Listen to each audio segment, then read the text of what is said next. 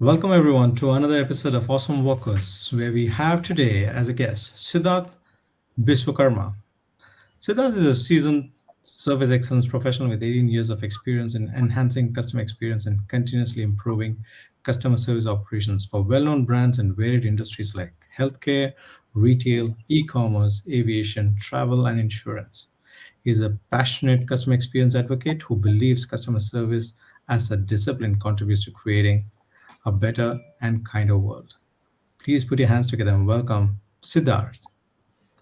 A very good morning, everyone. A very good morning. How are you today, Siddharth? I'm doing great, Samir. How about you? Fantastic. This is our first conversation that we are ever having, and I'm very excited. You know, Yeah, the feeling is mutual, and the weather is lovely these days. So, yeah, even more reason to celebrate. Yeah. absolutely, absolutely. Um, so, to give a little bit of context, we know professionally what you do, but can you give a background of where you're from, Siddharth, and what got you into customer service experience? I mean, I always ask this question: when you were a teenager, did you ever think this is going to be my career path? This is what I'm going to be doing when I grow up? No, I wasn't so fortunate to be very clear as a teenager as to what I wanted to do. But then, yeah, I grew up in a small hill station and in the northeastern part of India. Shillong is known as the Queen of Hill Stations. It was a wonderful city to grow up in. Very cosmopolitan culture because Shillong is also the educational hub for most of Northeast. It's sprawling with a lot of premium educational institutes. So it is a educational hub, and therefore people from all over Northeast and different parts of Eastern India come to study there. So I grew up in a very in an environment where there were all kinds of people, all kinds of students meet. So it was very enriching. Very early in my as a young adult growing up, I realized that I had a penchant for understanding people, working with people, uh, getting work out of people, because I was always very active in organizing stuff back in my days. So, and then music was another another area of interest. So we did a lot of music events. So there was again networking, meeting people. So that kind of gave me a flair for get catching up with people, understanding people, and even helping people. And then, as luck would have it, I was kind of preparing for an academical career. I was I even taught for some time in colleges right after my masters. But then, a kind of a boredom seeped in as I was studying and educating. A kind of boredom seeped in, and that's when I decided I wanted to get out of the small town and move to a bigger city. And as luck would have it, I kind of stumbled into this job. So I say stumbled because it was not at all a job that I really meant to take up very seriously. A consultant friend was interviewing people for a business in Pune, in Maharashtra. He was a consultant, and he said, "Just sit for the interview. You will get through. You've got great communication skills. I will make some money, and then you can just go to Pune. Probably live for a few months and then come back, and you can go back to teaching here again." So we were small town guys, and I said, "Okay, if it helps you, I'm gonna go and do that." So I went for the interview, and the person who was interviewing me was very good at selling me that job, and therefore I took that leap of faith, and I moved to Pune, and then there was no looking back after that, because I constantly was growing with the organization. exlservices.com was my first organization. I started I the you know the good thing about my career has been I started at the grassroots level. I answered calls. I started taking calls for an American client. This was a typical contact center environment. But then, I realized that I was good at customer services. I started realizing that it was something that gave me a lot of inner satisfaction when people came to you with concerns and challenges, and you acted as a medium who could resolve things for them. So with that, I started my customer experience or customer service journey, and then I moved on to become a trainer in the customer services world for some time. As a trainer, it was even more satisfying because you were trying to build a line of people who could really be empathetic towards customer needs, help customers. So, and then it just went one step at a time after that for me. So then it was customer services operations. I managed operations for very large clients for some time. Then it further got enhanced with moving into Indigo. With Indigo, I was managing the CRM team for Indigo. I started my career with Indigo at in sometime in 2013. So that was a very, very enriching experience for me. What I learned over a period of time is, it's it's about winning people. So handling difficult conversations, it becomes a part of your daily routine when you are in a customer service environment, because complaints come in, more than appreciations. You will see a lot of complaints come in. There will be escalations. And what I realized was, you start having conversations with people who are already in a conflict with you even before you know them. You pick up the Hmm. phone and there's somebody who's already in a conflict situation with you. Now, the skills that you develop are just great life skills. You learn negotiation, you learn persuasion, you learn how to make somebody who is, antagonistic to you into a friend. You learn patience, you learn. So I can just go on and on about it, Samir, because I feel Yeah. it's a very, very life enriching. Uh, One thing that I compare is many people in C suites, many people in very high designations in organizations will really be worried if they had to talk to one angry customer. If I told anybody in the senior level and who's not in the customer services world, and I told them, here's an angry customer, please handle. I have seen them panic many a times. They would say, Siddharth, you take this person off my back. I don't think I can deal with it. So that Can I ask that you a kind question of over gives. there? Sure. Can I ask you a question over there? I mean, right from the time that you went to Pune and you took up the first call center job, Right. you you had a lot of angry customers, like you were saying, right? And resolving each one of those angry customers was reinforcing for you that you can handle angry customers. Then you kept moving up over there. Do you remember any particularly memorable angry customer that you, in your early days, in the first few days where you uh, Yeah. were like, oh, if I can handle this, then I can handle more, kind of a scenario? Was there any? Not really an angry customer, but somebody who was really, going through a lot in life. Not that is one of my one of the incidents that I really remember, and I really feel strongly about that. It was a very emotional conversation. There was this American gentleman, who was about to pay his insurance bills, and his insurance bills had gone up. And he started the conversation by saying, Sid, what do you want me to do? Every morning I can only afford to have bread and corn, because I don't get a lot of money, so I pay for my bread and corn, and that's what I eat every all mornings, 7 days of the week. So what would you like me to let go of, either my bread or my corn?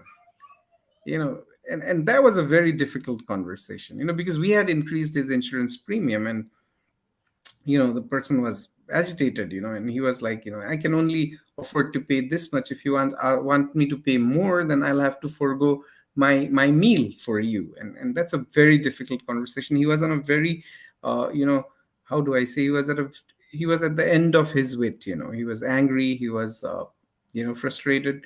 So that was a difficult conversation to handle. So what the approach I took was, uh, I didn't apologize, because the moment, this is what I have learned over a period of time, the moment you start with an apology, and if it's not sincere, people only get even more aggravated. So what I told him is, I tried to empathize with him, and I genuinely told him, I don't have a resolution for you. Probably if you are expecting to talk to me and get you a resolution in the next 3 or 4 minutes, I'm not going to give you that. And I don't want to lie to you that I'll take care of you and then be not able to take care of this for you.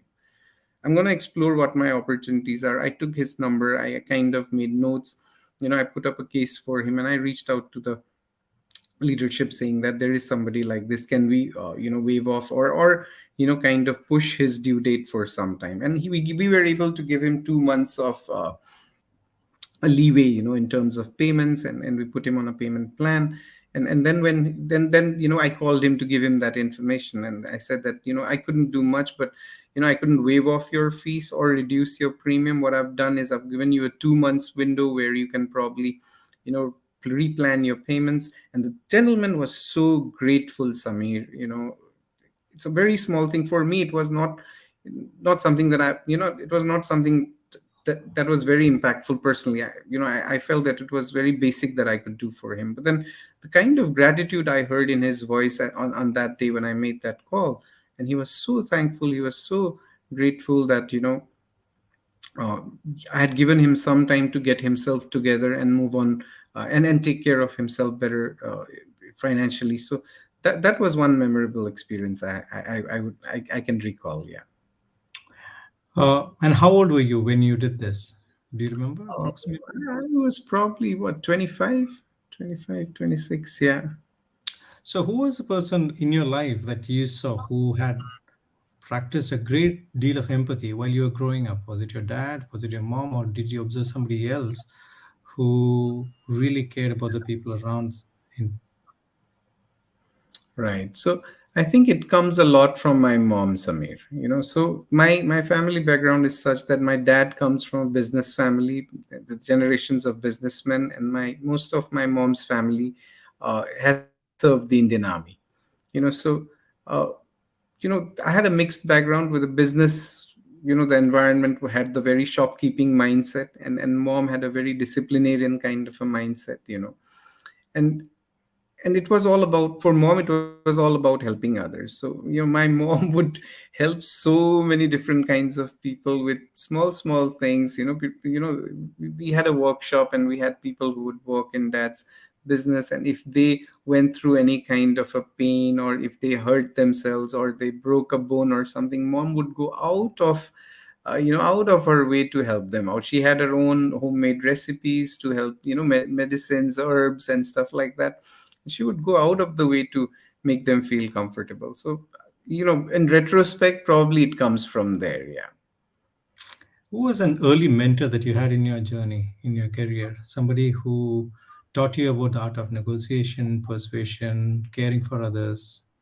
There Any? are quite a few people, Samir. There are quite a few people, and I'm grateful to a lot of leaders that I worked with. One of the first leaders that really influenced me was Mr. Yasir Andrabi. He was a gentleman who did my first interview ever, and he was kind enough to find me, uh, you know, uh, fit for that profile at that point in time. He was a very very effective leader, and he started from the roots. I think, if I can talk about him, as far as I remember, he once sold ice creams at Baskin and Robbins, and then he headed Airtel for some time, and then now he was a very senior VP in AXL, where I met him. And then currently, he is in the US. He heads the insurance business for a large American insurance giant. Yeah.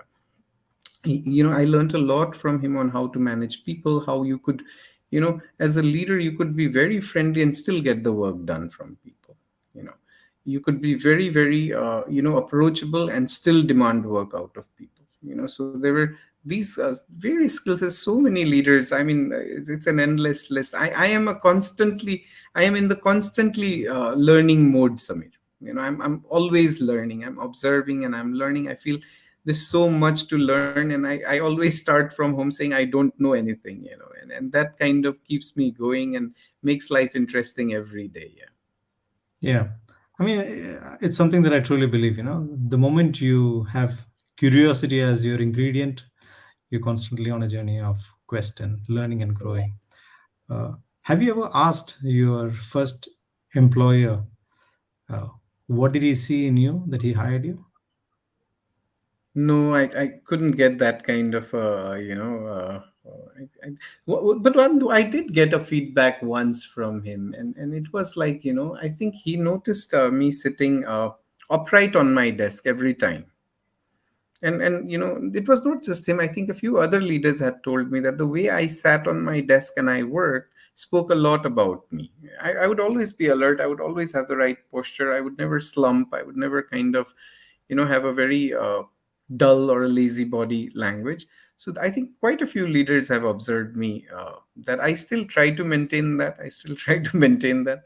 But then I think that was a compliment or a feedback that I would receive from my senior leaders, saying that we see you alert, we see you when you are on your desk or when you're talking to customers, you are really into it. It's not that you are not focused or you are distracted. So that has been something that I have received a couple of times in my career. Yeah. Interesting. Right now, you've been leading teams into creating custom experiences for people after you went, like you said, from the grassroots levels, you've been coming up. Yes. What are the common uh, lessons that you see most people miss when they're in this journey that you have to keep reiterating to them and tell them, that if you're on the floor, if you're on a phone, if you're answering to a customer who is, looking for your service, what do you think is something that is usually missing that they have to be mentored along, is it? In one word, it is pride for the job. And universally this is true. People who are in customer services generally do not have much pride about what they do. They feel that they have a very low level job, and that people can vent it out on them. Anybody can come and kind of vent it out their frustrations on them. So one of the key things I do every time I join any team is I try to work on improving people's pride in what they do. How do you do You that? cannot. There are many ways to do it. Some of my favorite ways are constant communication and dialogue on what you are doing out here. Some of my pet favorite conversations are, you are doing a job that nobody else in the organization can do. When do people reach us? When nobody else in the organization can help them. There have been people who tried to work out with them. There have been managers who tried to help them. When none of them could be of assistance, that's when it comes to your desk. Yeah, I firmly believe the buck stops at your desk. Yeah, and you should own that up.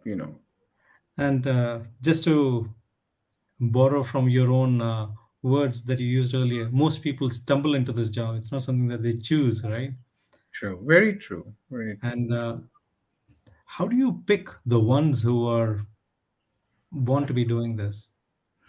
So my concept of hiring people, especially for services, starts with capabilities. There are some inherent capabilities you have to look for in people. People who are extremely introverted may not be right fits. People who you cannot teach communication to people who do not have the right communication skills may not be able to succeed. And please don't quote me here, because there are people whose communications are skills are limited, but they can still serve very well. There are a lot of examples, and I have met many such people. But then the basics have to be in place. You need to have the mind of an empath. You need to be able to feel that if somebody is in trouble, and if I have the if I have the empowerment to help them out, then I would do it willingly. I would go out of my way to help them. If somebody is angry, they're not angry with me. So capability is what I look at, number one. Then the second that comes that the person brings with them to the organization is their capability. It could be communication, it could be their empathy levels, it could be their willingness to help others. Yeah. The second thing that the organization needs to do is give them the license to be helpful. Now if you have made too many rules and regulations that doesn't allow that person to be able to to does not allow your frontline personnel to help the customer, then again that person is going to be a failure. Because he can be all sweet and nice, but if he doesn't have the empowerment to resolve a customer's concern, you know they, it's a failure again. And the third part is motivation. These jobs are very high stress jobs. If you had to sit on a desk and answer calls all day long, or if you have to be at the airport and meet customers who are in a hurry all day long and give them their boarding passes, or you have to be in a pharmacy and meet people who are unwell, or people who are looking for solutions to some of their wellness concerns. You will need a very deep level of understanding, communication, the ability to delve deeper into their concerns so that you can find the most appropriate solution for them. So this is draining at the end of the day. All said and done, we cannot be happy and charged up and helpful 24 by 7. So that's where the motivation piece comes in. So it's, for me, it's very clear from a strategic point of view. Get the right capability in the person, license them, so that they can take care of your business. And then third key factor, motivate them. It could be incentives, it could be trainings, it could be spending time with the leadership. There are so many different ways people can get motivated. Uh, do you think the name should be changed from customer service officer to customer delight officer? Nomenclature keeps changing, Samir. I don't really, I don't subscribe to the The typical, names, the titles? yeah, Yeah. the titles and stuff like that. I feel whether it is satisfaction or delight, your customer should be happy at the end of the day. So the reason Yeah. I asked is when you look at titles, when you look at names, people associate with that. And when you keep serving, serving, serving, it can Mhm. feel a lot draining, right? Oh, I see what you mean. You're thinking about the executive level person. If their title change can help, right? Yeah. Yes, yes, yes. I think yes. I kind of subscribe to that. It makes a lot of a difference when you say somebody is a call center executive, and you say somebody is a customer happiness officer. Yeah. Yeah, it makes a lot of a difference. But then, more than the title, it's also about how the leadership makes them feel. Hmm. I have always specifically made it a point that my team feels that they are doing one of the most important jobs in the organization. If you, as a leader, don't feel that, and if your team members don't hear that very often from you, then everybody is living in doubt. People, yeah. So you have shared that you're telling me about how you have built from ground up ecosystems within organizations for customer service, right? All right. Uh, how should organizations go about doing this right from scratch? What is it that you think should be the foundational principles? Number one, number two, uh, how do they go about setting this up effectively? Right. So thank you so much for touching on that topic, Samir. That's a topic that's very close to my heart. As a head of customer experience, service excellence, that falls under the strategic, the vision bit of what we do. So for me, uh, the customer service or the customer experience ecosystem primarily comprises of three things. You get your operational CRM in place. You get your analytical customer data in place, and then you get your collaborative piece in place. So I'll take a few minutes to explain that. Operational bit of CRM is the contact center piece, the contact piece, the social listening piece. Yeah, that has a huge bearing on an organization today. Generally your contact center or your social media responses are the first, or Google reviews for that matter, are the first place where customers experience you. So your contact center cannot be giving half-hearted answers. Your contact center cannot be sounding, unhelpful. So there should be zero tolerance on that piece. So I put a lot of focus in ensuring that the contact centers that I have managed or I have, accountability for, are very, very sensitive towards how the communication is with the customer. Keeping the promises, following up where you have promised. You know, not committing something that you cannot deliver. Handovers, making sure the next person on shift knows exactly what I have committed to this customer. These are small small things which many people will not even pay attention to, but that is the as they say, the devil is in the details. That helps. So That is the contact piece of it, which I have always called operational CRM. It could be managing social media, contact centers, email, chat, WhatsApp, and today in the world of automation, we are looking at AI chatbots to kind of pick up customer conversations. Yes, Samir. So you're right now the head of for Aster Group, right? I had customer experience for Aster Retail, which Retail. comprises Okay. pharmacies, optical stores, and our e-commerce business. Yes. So if you could touch examples from there within what you're doing, while you're talking about operations, analytics, and collaboration pieces, that Right. would also help us understand a little more in more depth rather than just theory. Sure. Sure.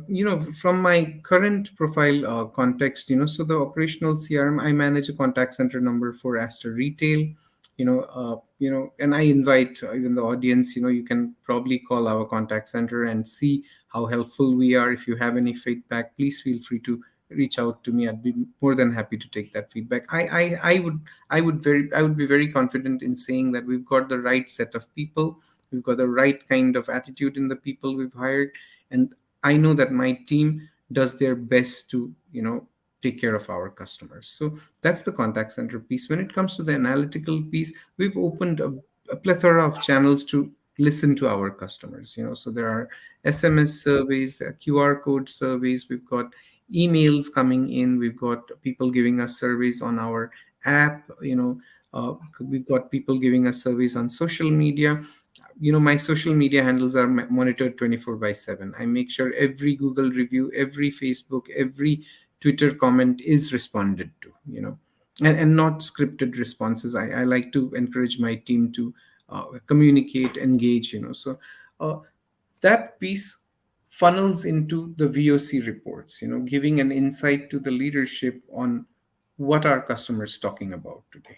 What is it that customers are saying about us? And I have regular cadences with business owners on what the voice of the customer is saying and what can we do to improve things.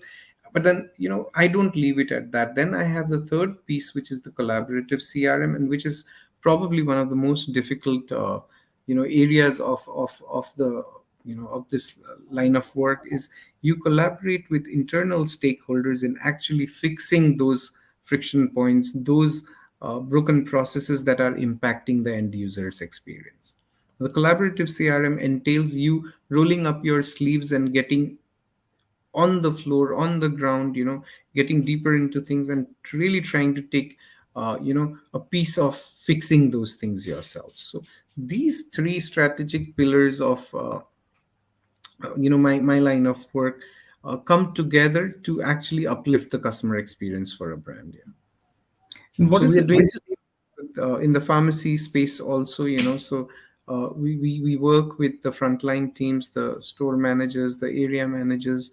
you know they kind of become our customers in many ways. We reach out to them with a problem statement, we propose solutions, and we even sometimes help them execute it, or we reach out to them to seek their help in executing, so that ultimately we are able to close the loop on the feedback.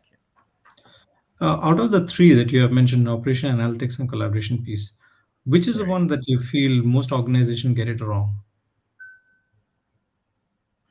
I think everybody does pretty well in terms of the analytical piece, because there are a plethora of ways to collect feedback, gather customer sentiments. So generally most organizations get that right. The second thing, most organizations sometimes get it right, sometimes don't get it right, is the contact center piece. And primarily what I have seen is we don't simplicity is the key. People run contact centers, but they do not listen to calls. People run contact centers, but they do not time spend with the people who are taking these calls. My magic formula has been, I listen to calls almost every week. I want to make sure that I'm listening to calls, and I want to make sure what is happening in this calls is what is as per my expectations.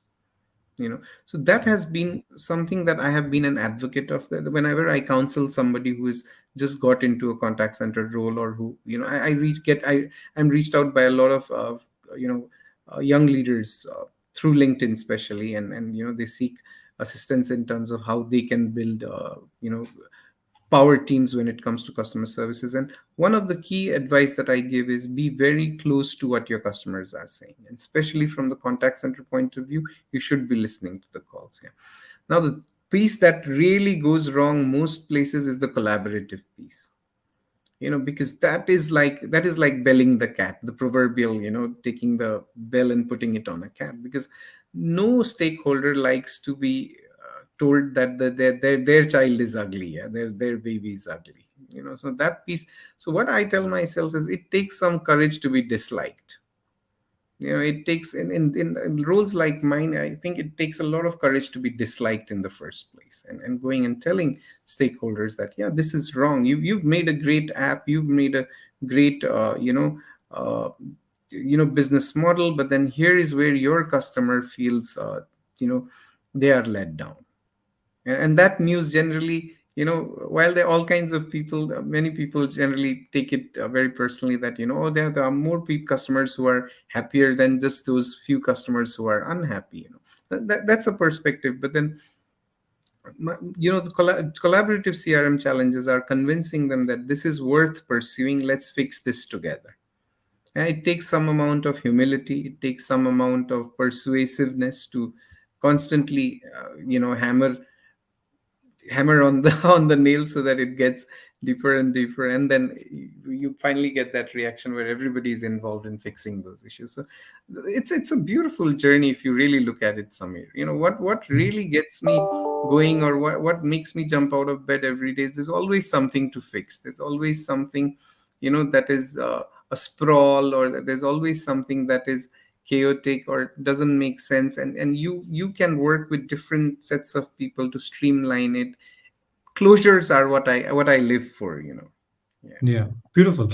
And the collaborative piece, like you rightly said, is a very key piece, which means it's not just a service center, but all the other allied services or products or offerings from the organization has to meet expectations of the customer. Otherwise, no matter how well you speak and respond and persuade, if those things are not coming together, then it will be a challenge.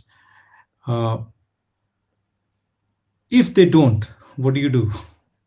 If you don't get the required support and they say, we'll deal with that later, just take note and we'll see it later, or they just brush it under the carpet, or say, uh, Yes, I've been in a situation like that. I kind of decided to move on myself, Samir.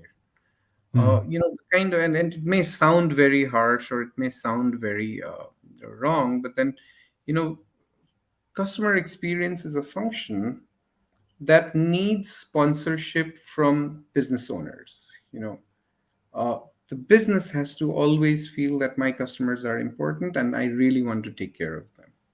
And when you feel that people want to just brush it under the carpet, and people, are not very receptive to being told that their baby is ugly, you know, so I kind of moved on in one of my experiences. Yeah. I expected that answer, and which is leading to my next question actually. How does one do their due diligence when they look for a job in this industry, in this particular stream? How do they do their due diligence on companies when it Mhm. comes to going into an organization and being part of the customer service experience, and then rising in the ranks, and probably or even reaching to the position that you are? How should they do their due diligence about the Quite company? a few practical things you can do. First and foremost is you look at what is that company's promise to their customers. First and foremost, every organization out there puts forward a vision statement or a mission statement or a promise to their customers. First and foremost, I think I'd like to look at what is that promise, and then We'll the treat you next. well.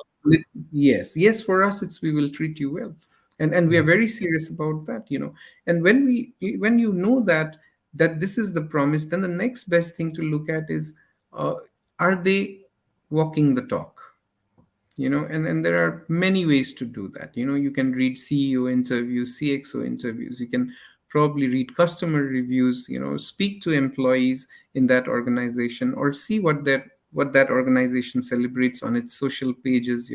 A lot of things that can help you get a see. And it's not always 100% workable recipe, but then you can get an essence of what this organization is all about, and then probably you can take a decision on based on your own career aspirations, based on your own preference for the industry that you want to be in. So yeah, so on and so forth. Yeah.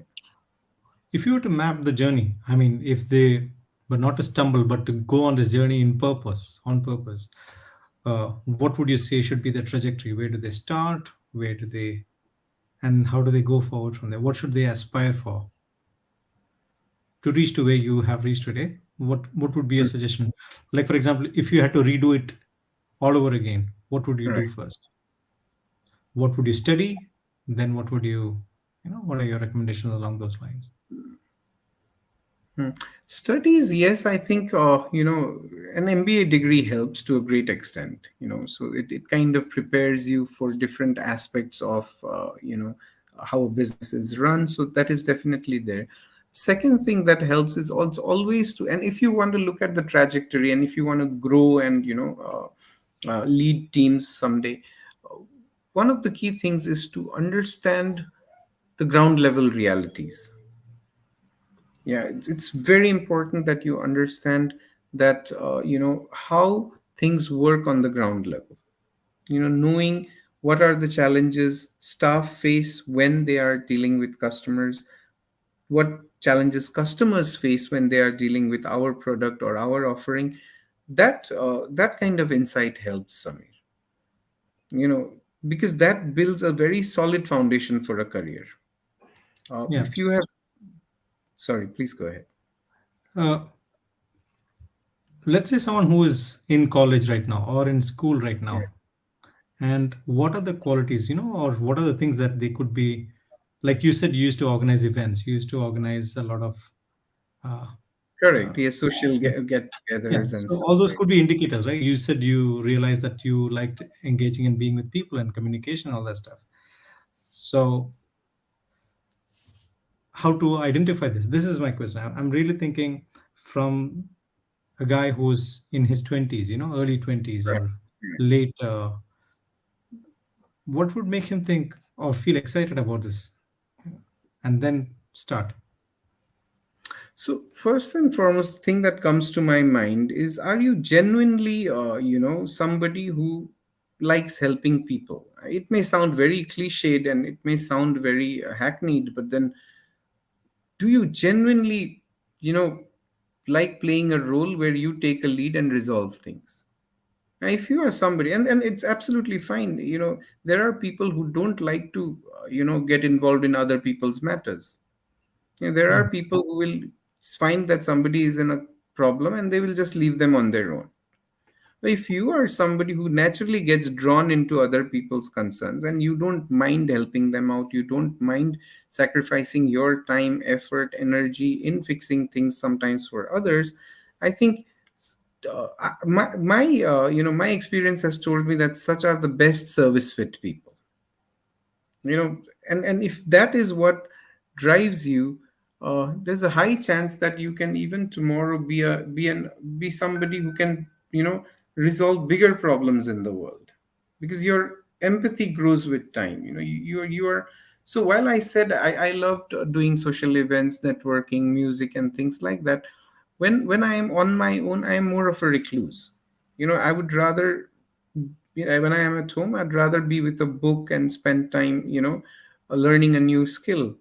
you know but then when I am outside with people, I am generally the kind of a person who's giving a lot of importance to what others have to say, what others think, what others want out of this conversation. So wherever I am an enabler. The term that I use for this is being an enabler.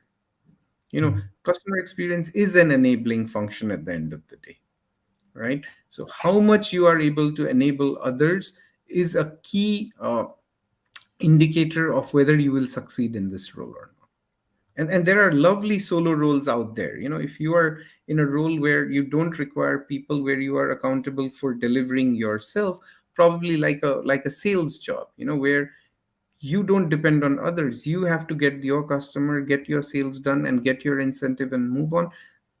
though there are those opportunities for people who probably like to work on their own. Yeah. Is there a book that you have read that has influenced you a lot So many now? books, Samir. I am kind of a bookworm. There are quite a few books that have influenced me. Hmm. Early in life, any in particular that you remember? Early in life, anything? Early in life, I can think of. Probably not very early, not far back, but then probably 6 7 years back, I got introduced to Mr. Simon Sinek. Finding your why, why leaders eat last, and these are books that have been very very impactful for me, especially Finding Your Why. And start with You why. know, Yeah. yeah, start with why. Yes, yes. This is one key theme for me when it comes to books. And then there are a few other books that have been very influential. Uh, Strange they're not coming uh, right now to me, but then. Uh, It'll come. Robin Sharma has been an influence on me. Yes, yes. The 5 a.m. club is something that really got me going. Yeah, uh, and I kind of tried to emulate that in my personal life to a great extent, and it has Mhm. been very rewarding for sure. Yeah. Nice. Now, when it comes to contact centers or call centers, or people who are in the service, a question that's been going on in my mind is this: when people in the service industry, especially, and you're meeting a lot of people, resolving your problems for others, Right. but you could be having a bad day, and how do you make sure that you don't bring your bad days into the workplace? What can you do? Because we are humans, right? So, Yeah. how do you take care of that? Yeah, strange that you asked that. So there are two key concepts that drive me. So every day I take my passion to work. Every day I take my passion to work. There are days when my passion doesn't come to work along with me. Those are days I take my professionalism to work. Hmm, I hope that answers your question. it does. Um, I heard this quote recently. It's not. It said something along the same lines. Don't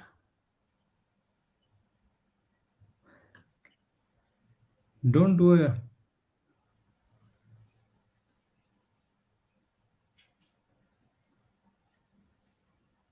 don't love your job. Job your love. Job you love. Yes, I think that is again the ikigai in a more funky way, Yeah. presented Right. in a funky way. Yeah, yeah, true, very Yeah. true, very Yeah. true. Yeah, so I've always believed that, Samir, that you will not always find something. While ikigai is beautiful, and what you said is very, very strong, it's a very strong thing for somebody who's young and pursuing a career to follow that, I'm doing what I love, But not everybody is as fortunate. And that's the truth about our world. And that's the raw, realization that not everybody gets to do what they love. So then you cannot let yourself go into that negativity that I'm not doing what I don't. I'm doing something that I don't love. I think that is very very suicidal. I channelize my energy in finding, how does this help me grow? How does this make me a better person? There have been times when I've been stuck in projects which I didn't have much passion for. I found that these projects, if I would have been happy if somebody else was doing it, but then that's when your professionalism comes in. That's when you tell yourself that I am a professional and I will get this done in the best manner possible, and I will end up earning knowledge out of this, earning experience out of this, and a deeper understanding of something that probably I wouldn't otherwise like. When you said not everyone gets lucky, I just was realizing that it's not find a job you love. That should be the phrase for Yes, youngsters. that's Actually, yes, yes, I would rephrase it to say, uh, find a job that amplifies your strengths or yes, helps you that's amplify your strengths, yes, right? yes, yeah, it totally resonates with me. Yes, Because if you what do are that, then it will always be something that you love. Because true. strengths are things that comes naturally to you. Yes, thank you. That was wonderful. I think I learned that, that line from you today. Yeah. So you I should just, find something that amplifies your strengths. I think that's beautifully said. Yeah. yeah. Uh, where are you heading? Where am I headed? I have a lot of milestones to reach yet. So uh, I intend to grow in what I am doing currently. God willing, my efforts will yield that result, and I will hopefully grow in the organization I am currently. I am also looking at, delving deeper into the digital, world within healthcare, because uh, healthcare has been kind of slow in terms of catching up with the whole digital game. But then I'm glad that I am with an organization where we put a lot of effort on increasing our digital game, on doing better on our digital game. So I have a lot to learn on that front. uh, then on the personal front, something that I have always been very keen on is ultimately to write a book. I kind of write a little bit, but I don't do the kind of justice that I should do to my writing. I intend to kind of take that up seriously in the days ahead. I'm a man of a lot of passions, Samir. That there's so many things that I want to do, I want to achieve. So, yeah, I think every day there's many things I'd like to chase. Yeah. Have you put a date when you want your book to be out?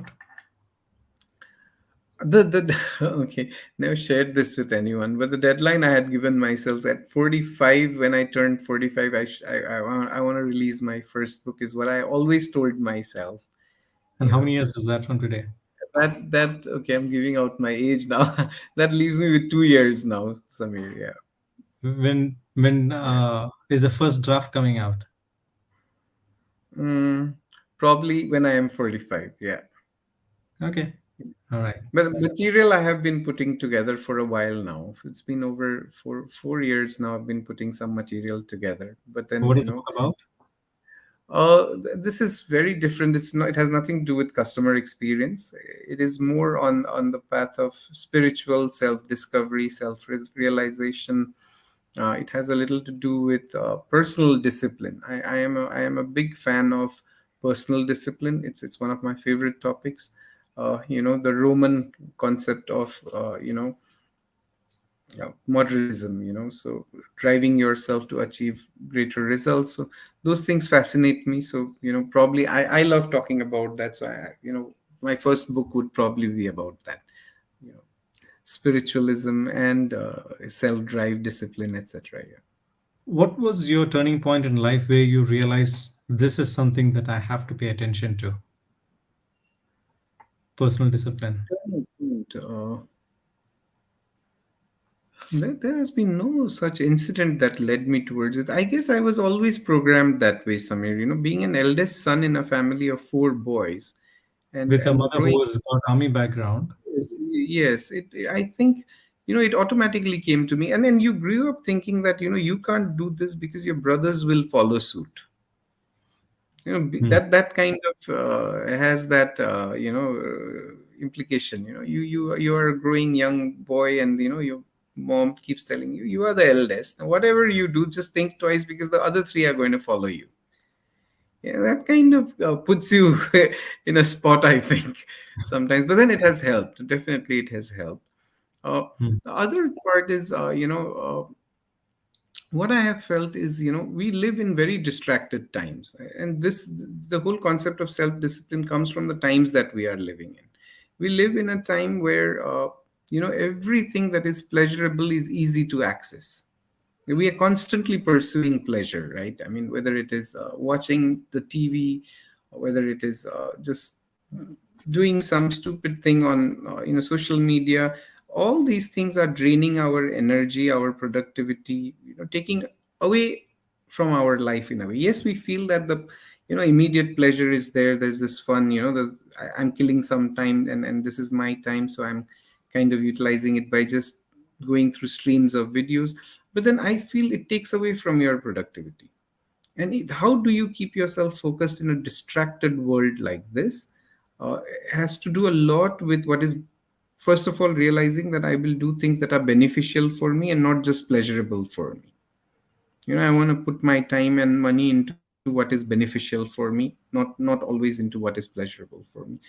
And I feel this is going to be a key concept in the days ahead. And I'm being very future minded about this. Today we are talking about distractions, but I'm sure all of us will wake up to one day with our kids and with our family lives and work lives getting really really disturbed by these elements, and probably will somebody will have to talk about how you can focus on personal productivity, keep yourself uh, disciplined so that these distractions don't eat into your energy and your resources. Beautiful. And what do you think? So I hope there are no distractions when it comes to you writing your book and finishing it by the time you are 45. Right. And what what is the new perspective you feel you'll be bringing to the table when it comes to that book? Is there anything that you're is there a fresh light, or is it looking at old things and then uh, repackaging them? How is it? Have you come across something that is? Yes, I'm glad that you brought that up, because those are the lines I've been thinking about lately. So there is a lot of uh, history to self improvement. There were books written in the 50s, in the 30s, and 40s, which still hold true. Which still kind of hold water, so to speak. And how do we probably remix those things for the generations that are today in the quest for success, in the quest for fulfillment? Probably it will be a mix of that, and then yes, my personal experiences of how I have been able to manage between impulses, or temptations, versus doing continuously doing something that is worthwhile or beneficial. I like to call it doing things that are beneficial rather than doing things that are pleasurable. So that is a topic that I fancy, and I keep talking about it. I keep thinking about it. These things are very close to my heart. Yeah. Beautiful. If I were to write a book along those lines, my first few lines would be something like this. Hmm. Uh, you might not finish reading this book. Okay. Okay. You might read chapter one and then keep it aside, and you might not read the remaining Probably chapter. the way our world is, yes. I mean, these topics can be very boring to most Yeah. people. Yeah, but then I And believe in doing what I feel uh, is worthwhile for me, right? I'm yeah. sure while there will be an audience who will keep that book after probably reading the first book, there will be a niche small audience Yeah. who are actually struggling with problems like that. Struggling to focus, struggling to become productive, constantly procrastinating things. So probably there is still an audience who would take that up, I feel. Yeah, so that's how the next line should be. And if you're thinking of doing that, then this book is for you. Then it's for you, yeah, probably, yeah. Yeah. Beautiful. Uh, have you ever thought of a life or a career in consulting? Because I think you being with just one organization versus you helping and supporting many organizations set this up would make a huge difference. I With have been approached a couple of times. Once when I was still in India, and once recently here also. A group of people in Saudi Arabia had kind of reached out for a consulting role, but then I really haven't thought of it honestly, Samir. You know, I'm happy with what I'm doing right now, so I haven't really thought of it. Probably in the future, you never know, yeah, because yes, there comes a point where where uh, you want to make your impact larger. You want to make your impact, more forceful. Probably that's when I will move into something like that. Yeah, hopefully. a phrase that comes to my mind is go rather 9 inch deep than 9 inch shallow, right? All right. Yes. So what Yes. you're doing is within the industry that you are, you're seeing how deep you can go. Because I'm thinking to myself, once you set all of this in place, what does someone at your position have to do so much? So what is the challenges that would be there? Because you have set the analytical piece, you have set the operational piece, you have set the collaboration piece. Off and on, Right. there might be a few challenges, but uh, what would be the real challenge for you to remain in a position within an organization? So, Samir, while setting up is one part of it, what the real test of it is the outcomes ultimately. So I personally feel I'm still in that journey where the outcomes are, haven't reached my expectations yet. So that keeps me going. So yes, you are right. Probably once the outcomes also are, superlative, then probably then the H would begin to do something else. So what is the KPI or the number or the analytic that you're chasing? Yeah. Mhm. Is there a number that Uh, you're chasing in terms of zero this thing or something like that? I don't know what. Is there any number that you're chasing? Yes, there are quite a few. In fact, from a service excellence point of view, you've got Google reviews to chase, you've got your traditional NPS to chase, you've got, uh, customer sentiments. So what percentage of positive sentiments vis-a-vis what percentage of negative sentiments, your number of complaints, per 1,000 transactions or 10,000 transactions. So, what is lovely about working in the service, and glad that you brought this up. An aspect we haven't spoken about: service is not just some soft, thing that only deals with empathy and helpfulness and stuff like that. In today's world, service is something that is measurable, that has a definite ROI. That can be tracked scientifically and correlated with with things in real life. So yes, there are a plethora of numbers that we are chasing as a brand, as an organization. So maybe, yeah.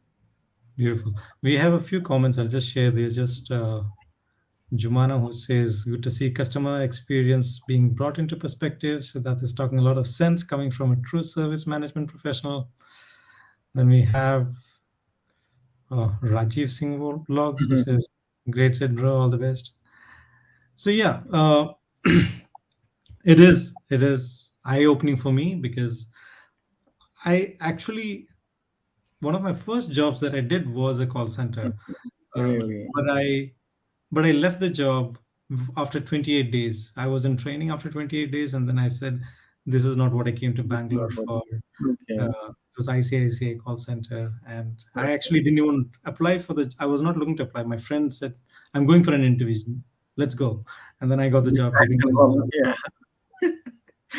But then after a week, after 20 days, I said, "This is not what I came." Yeah, I'm chasing something else, so I left that at that point of time. Uh, but I realized that if I had continued, I would have learned a lot of things, foundational level. Uh, it's been a great learning experience from you, Siddharth, today. And Thank you, I'd like Samir. to ask you as a closing remark. First of all, where can they find you if somebody wants to get in touch with you? The best place is LinkedIn. I've kind of, one of my resolutions this year has been about posting on LinkedIn more frequently. So you can reach out to me on LinkedIn. I am always available for any kind of career counseling, any kind of problem solving in terms of customer experience, setting up the customer service ecosystem or the customer support ecosystem. These are topics that are that I am fairly knowledgeable about, and I don't mind helping colleagues out. So please feel free to reach out on LinkedIn. That's the best place. Yeah. Great. And as a closing remark, any closing advice to frontline service providers who are sitting out there? I know you said so many things to them already, but anything as a closing remark? I think we got to be proud of what we do. There is no, there is, there is no better, way to look at your work than have pride on what you about what you do. You're making a difference every day, no matter what space you are in. If you've helped a few people, if you are helping a few people every day, that means you are making a difference. You are creating an impact, right? Just so hang in there, do what is right. The mind is something that kind of unsettles us many a times. Our mind is our good friend also, it's our worst enemy also. So nurture your mind, put work on your positivity. It's not always easy to be always positive or to think positive thoughts, but It's about that mindfulness. That's why concepts like mindfulness, self discipline, self productivity are very important. Be mindful where your mind is leading you, be mindful where your thoughts are leading you, be mindful. Are you doing something that is beneficial for yourself, or are you only doing something that is pleasurable now? So I think I'll wrap it up with that, Samir. Yeah. Beautiful, beautiful. And I would wrap it up with just one sentence saying to all of them again, if you stumbled into it, stand up and dance. Lovely. Thank you, Samir. Very, Thank you very well. so much. It's been a Thank pleasure. you Thank so much. Thank you so much, everyone. Bye now. you. Bye bye.